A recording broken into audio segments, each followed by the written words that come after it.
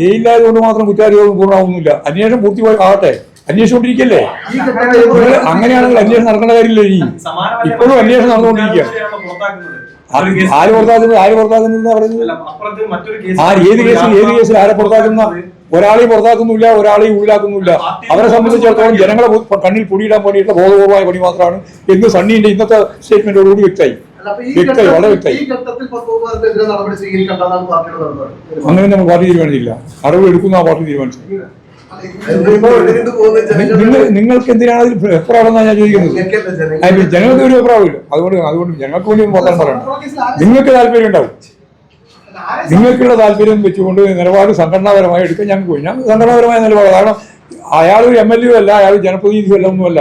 അയാൾ പാർട്ടിയുടെ കേഡറാണ്. ശരി, അദ്ദേഹത്തെ സംബന്ധിച്ചിടത്തോളം പ്രശ്നം ഉയർന്നു വന്നിട്ടുണ്ട്. ആ പ്രശ്നം ഞങ്ങൾ പരിഹരിക്കും. പാർട്ടി എന്നുള്ള രീതിയിൽ പരിഹരിച്ച് ആവശ്യമായ നടപടി സ്വീകരിക്കും. അത്രയേ ഉള്ളൂ.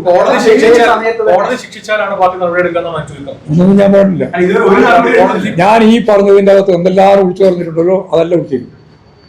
ഞാൻ ഈ പറഞ്ഞതിൻ്റെ അകത്ത് എന്തെല്ലാം ഉൾച്ചേർന്നിട്ടുണ്ടോ അതെല്ലാം ഉൾച്ചേരും. അത്ര കണ്ടാകും. നിങ്ങൾ ഉന്നയിക്കുന്ന കാര്യം അതേപോലെ തന്നെ ഞാൻ അംഗീകരിക്കണം എന്ന് പറഞ്ഞാൽ ശരിയാവും.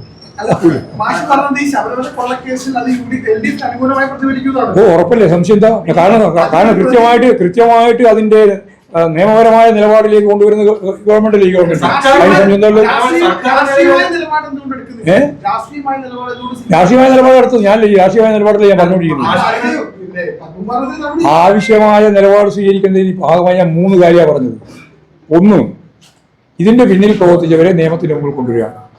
2, ഒരു തരി സ്വർണം നഷ്ടപ്പെടാതിരിക്കുക. 3, ആര് എന്നതിനെ അടിസ്ഥാനപ്പെടുത്തിയിട്ടുള്ള ഒരു പ്രശ്നവും പാർട്ടി കൈകാര്യം ചെയ്യില്ല, ഗവൺമെന്റ് കൈകാര്യം ചെയ്യില്ല. ആരായാലും അവർക്കെതിരായി ഗവൺമെന്റ് സംവിധാനം ഉപയോഗപ്പെടുത്തി കൃത്യമായ നിലപാട് സ്വീകരിക്കും.